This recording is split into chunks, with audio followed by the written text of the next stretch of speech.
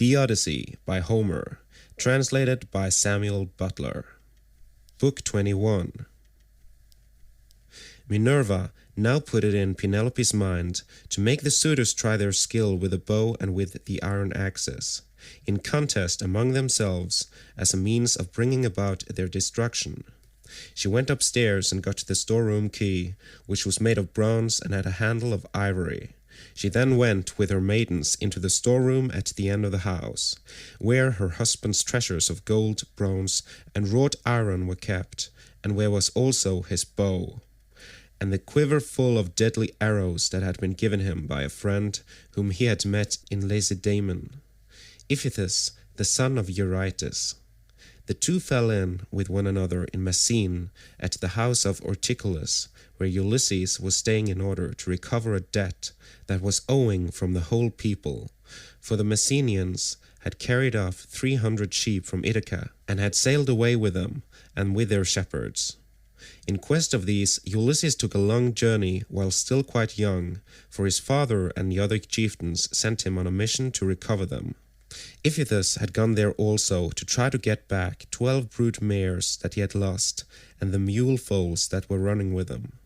These mares were the death of him in the end, for when he went to the house of Jove's son, mighty Hercules, who performed such prodigies of valor, Hercules to his shame killed him, though he was his guest, for he feared not heaven's vengeance, nor yet respected his own table, which he had set before Iphitus, but killed him in spite of everything, and kept the mares himself. It was when claiming these that Iphitus met Ulysses, and gave him the bow which mighty Eurytus had been used to carry, and which on his death had been left by him to his son.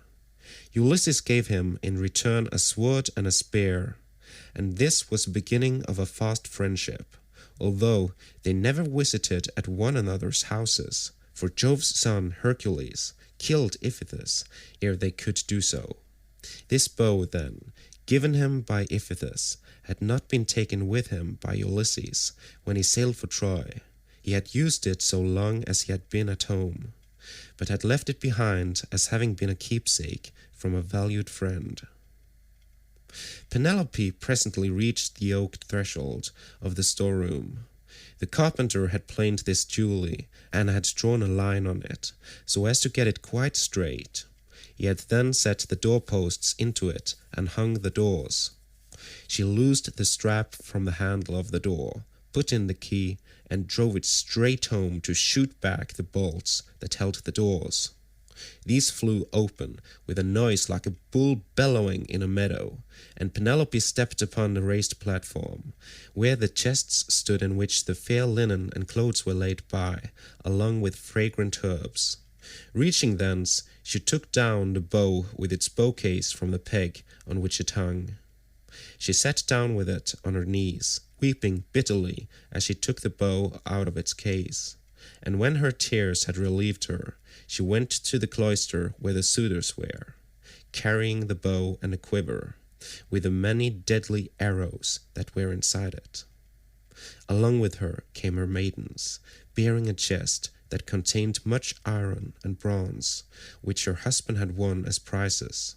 When she reached the suitors, she stood by one of the bearing posts supporting the roof of the cloister, holding a veil before her face, and with a maid on either side of her.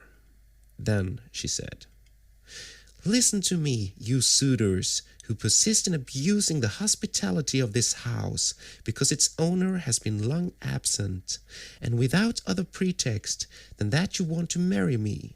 This, then, being the prize that you are contending for, I will bring out the mighty bow of Ulysses, and whomsoever of you shall string it most easily, and send his arrow through each one of 12 axes, him will I follow, and quit this house of my lawful husband, so goodly, and so abounding in wealth. But even so, I doubt not that I shall remember it in my dreams." As she spoke, she told Eumenus to set the bow and the pieces of iron before the suitors, and Eumenus wept as he took them to do as she had bidden him. Hard by, the stockman wept also when he saw his master's bow, But Antinous scolded them. "You country lots," said he, "silly simpletons, why should you add to the sorrows of your mistress by crying in this way? She has enough to grieve her in the loss of her husband. Sit still, therefore, and eat your dinners in silence, or go outside if you want to cry, and leave the bow behind you. We suitors shall have to contend for it with might and main, for we shall find it no light matter to string such a bow as this is. There is not a man of us all who is such another as Ulysses, for I have seen him and remember him, though I was then only a child." This was all he said, but all the time he was expecting to be able to string the bow and shoot through the iron, whereas, in fact, he was to be the first that should taste of the arrows from the hands of Ulysses, whom he was dishonoring in his own house, egging the others on to do so also. Then Telemachus spoke. "Great heavens!" he exclaimed. "Jove must have robbed me of my senses. Here is my dear and excellent mother saying she will quit this house and marry again, yet I am laughing and enjoying myself as though there were nothing happening. But, suitors, as the contest has been agreed upon, let it go forward. It is for a woman whose peer is not to be found in Pylos, Argos, or Mycene, nor yet in Ithaca, nor on the mainland. You know this as well as I do. What need have I to speak in praise of my mother?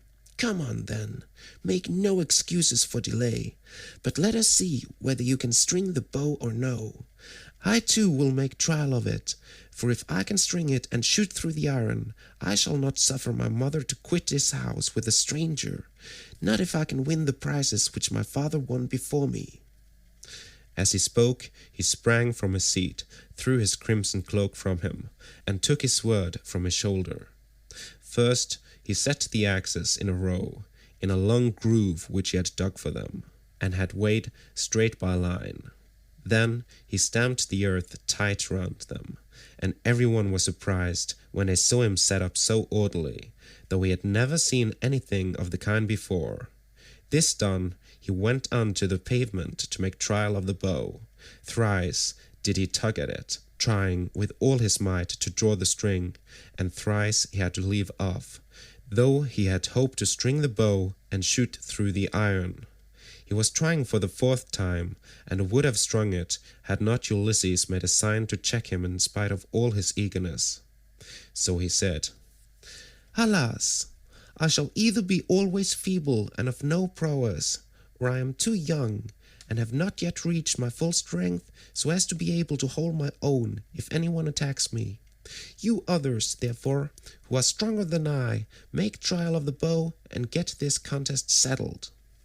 On this he put the bow down, letting it lean against the door that led into the house, with the arrow standing against the top of the bow.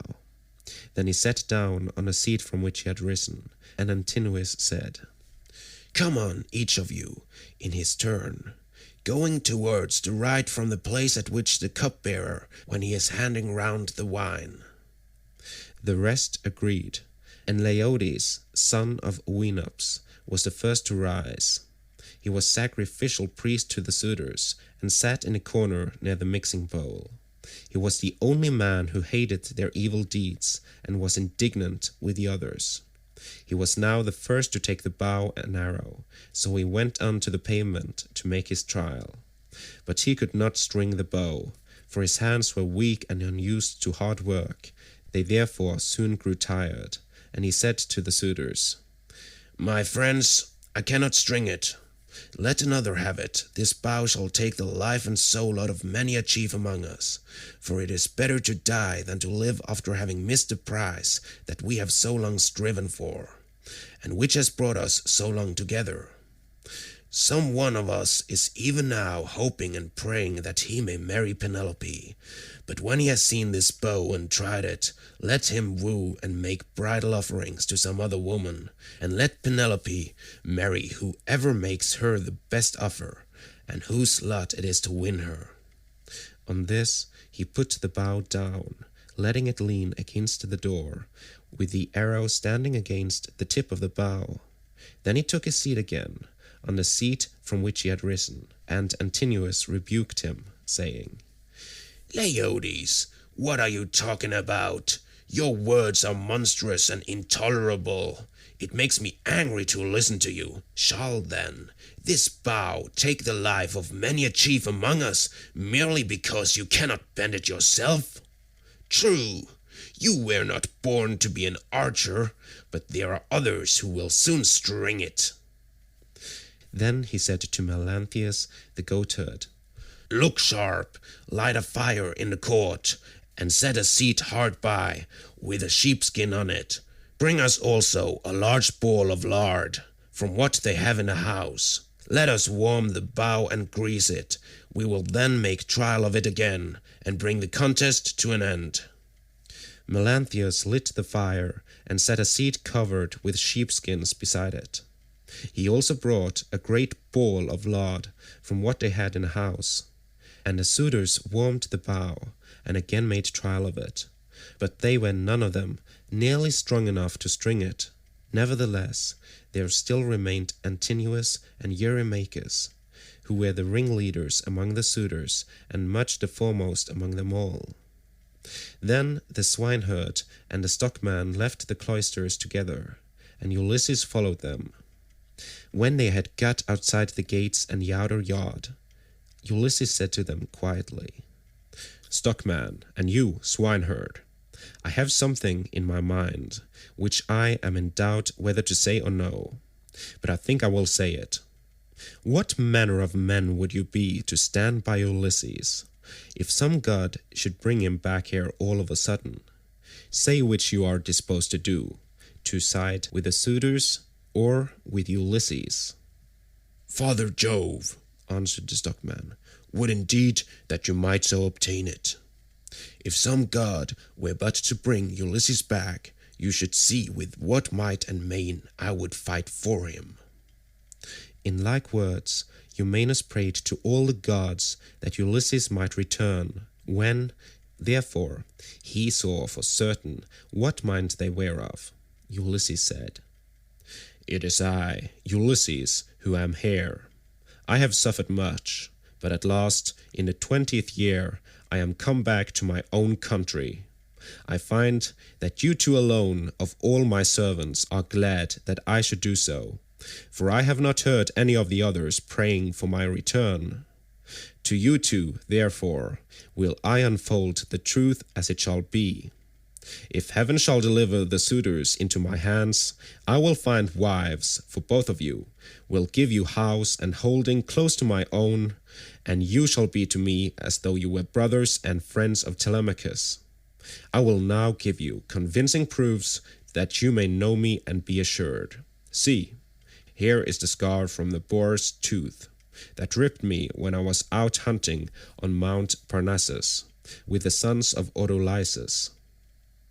As he spoke, he drew his rags aside from the great scar, and when they had examined it thoroughly, they both of them wept about Ulysses, threw their arms around him, and kissed his head and shoulders, while Ulysses kissed their hands and faces in return.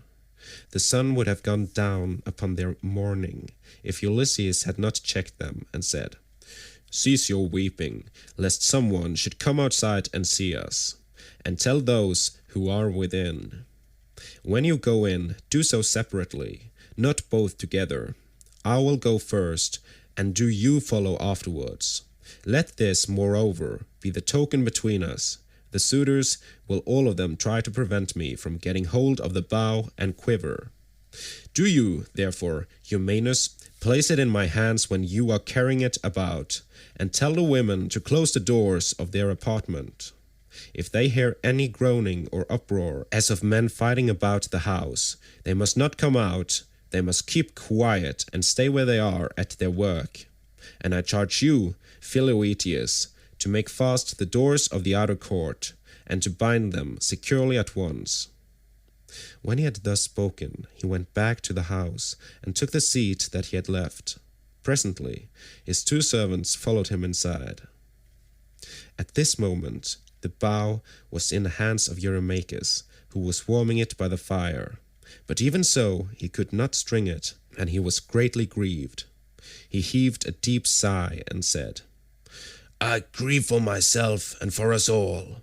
I grieve that I shall have to forego the marriage, but I do not care nearly so much about this, for there are plenty of other women in Ithaca and elsewhere. What I feel most is the fact of our being so inferior to Ulysses in strength that we cannot string his bow. This will disgrace us in the eyes of those who are yet unborn. It shall not be so, Eurymachus, said Antinous, and you know it yourself. Today is the feast of Apollo throughout all the land. Who can string a bow on such a day as this? Put it on one side. As for the axes, they can stay where they are, for no one is likely to come to the house and take them away. Let the cupbearer go round with his cups, that we may make our drink offerings, and drop this matter of the bow. We will tell Melanthius to bring us some goats tomorrow, the best he has. We can then offer thigh bones to Apollo the mighty archer, and again make trial of the bow, as to bring the contest to an end. The rest approved his words, and thereon men-servants poured water over the hands of the guests, while pages filled the mixing bowls with wine and water and handed it round, after giving every man his drink offering. Then, when they had made their offerings, and had drunk each as much as he desired, Ulysses craftily said, Suitors of the illustrious queen, listen, that I may speak even as I am minded. I appeal more especially to Eurymachus and to Antonius, who has just spoken with so much reason. Cease shooting for the present, and leave the matter to the gods. But in the morning let heaven give victory to whom it will. For the moment, however, give me the bow, that I may prove the power of my hands among you all, and see whether I still have as much strength as I used to have, or whether travel and neglect have made an end of it. This made them all very angry, for they feared he might string the bow. Antinous therefore rebuked him fiercely, saying, Wretched creature, you have not so much as a grain of sense in your whole body. You ought to think yourself lucky in being allowed to dine unharmed among your betters, without having any smaller portion served you than we others have had, and in being allowed to hear our conversation. No other beggar or stranger has been allowed to hear what we have said among ourselves. The wine must have been doing you a mischief, as it does with all those drinking immoderately. It was wine that inflamed the centaur Eurytion when he was staying with Pirithous among the Lapithae. When the wine had got into his head, he went mad and did ill deeds about the house of Pirithous. This angered the heroes who were there assembled, so they rushed at him and cut off his ears and nostrils. Then they dragged him through the doorway out of the house. So he went away crazed, and bore the burden of his crime, bereft of understanding. Henceforth, therefore, there was war between mankind and the centaurs, but he brought it upon himself through his own drunkenness. In like manner, I can tell you that it will go hardly with you if you string the bow. You will find no mercy from anyone here, for we shall at once ship you off to King Achithus, who kills every one that comes near him. You will never get away alive, so drink and keep quiet without getting into a quarrel with men younger than yourself. Penelope then spoke to him. Antinous, said she, it is not right that you should ill-treat any guest of Telemachus who comes to this house. If the stranger should prove strong enough to string the mighty bow of Ulysses, can you suppose that he would take me home with him and make him his wife? Even the man himself can have no such idea in his mind. None of you need let that disturb his feasting. It would be out of all reason. Queen Penelope, answered Eurymachus, we do not suppose that this man will take you away with him. It is impossible, but we are afraid lest some of the baser sort, men or women among the Achaeans, should go gossiping about and say, These suitors are a feeble folk. They have paying court to the wife of a brave man whose bow not one of them was able to string, and yet a beggarly tramp who came to the house strung it at once and sent an arrow through the iron. This is what will be said, and it will be a scandal against us." "Eurymachus," Penelope answered, "people who persist in eating up the estate of a great chieftain and dishonoring his house must not expect others to think well of them. Why then should you mind if men talk as you think they will? This stranger is strong and well built. He says moreover that he is of noble birth. Give him the bow, and let us see whether he can string it or no. I say, and it shall surely be, that if Apollo vouchsafes him the glory of stringing it, I will give him a cloak and a shirt of good wear, with a javelin to keep off dogs and robbers, and a sharp sword. I will also give him sandals, and will see him sent safely wherever he wants to go." Then Telemachus said, "Mother, I am the only man either in Ithaca or in the islands that are over against Elis, who has the right to let anyone have the bow or to refuse it. No one shall force me one way or the other, not even though I choose to make the stranger a present of the bow outright, and let him take it away with him. Go then within the house and busy yourself with your daily duties, your loom, your distaff, and the ordering of your servants. This bow is a man's matter, and mine above all others, for it is I who am master here." She went wandering back into the house, and laid her sons saying in her heart. Then, going upstairs with her handmaids into her room, she mourned her dear husband, till Minerva sent sweet sleep over her eyelids. The swineherds now took up the bow and was for taking it to Ulysses. But the suitors clamored at him from all parts of the cloisters, and one of them said, "You idiot, where are you taking the bow to? Are you out of your wits? If Apollo and the other gods will grant our prayer, your own boarhounds shall get you into some quiet little place and worry you to death." Eumaeus was frightened at the outcry they all raised, so he put the bow down then and there. But Telemachus shouted out at him from the other side of the cloisters, and threatened him, saying, "Father Eumaeus, bring the bow on in spite of them, or young as I am, I will pelt you with stones back to the country, for I am the better man of the two. I wish I was as much stronger than all the other suitors in a house as I am than you. I would soon send some of them off sick and sorry for their mean mischief." Thus did he speak, and they all of them laughed heartily, which put them in a better humour with Telemachus. So Eumaeus brought the bow on, and placed it in the hands of Ulysses. When he had done this, he called Euryclea apart, and said to her, "Euryclea, Telemachus says you are to close the doors of the women's apartments. If they hear any groaning or uproar as of men fighting about the house, they are not to come out, but are to keep quiet and stay where they are at their work." Euryclea did as she was told, and closed the doors of the women's apartments. Meanwhile, Philoetius slipped quietly on, and made fast the gates of the outer court. There was a ship's cable of fibrous fibre lying in a gatehouse, so he made the gates fast with it, and then came in again, resuming the seat that he had left, and keeping an eye on Ulysses, who had now got the bow in his hands, and was turning it every way about, and proving it all over to see whether the worms had been eating into its two horns during his absence. Then would one turn towards his neighbour, saying, "This is some tricky old bow fancier. Either he has got one like it at home, or he wants to make one.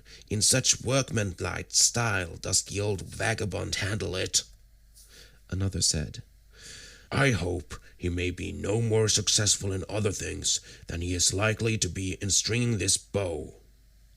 But Ulysses, when he had taken it up and examined it all over, strung it as easily as a skilled bard strings a new peg of his lyre and makes the twisted gut fast at both ends. Then he took it in his right hand to prove the string, and it sang sweetly under his touch, like the twittering of a swallow. The suitors were dismayed and turned color as they heard it. At that moment, moreover, Jove thundered loudly as a sign, and the heart of Ulysses rejoiced as he heard the omen that the son of scheming Saturn had sent him.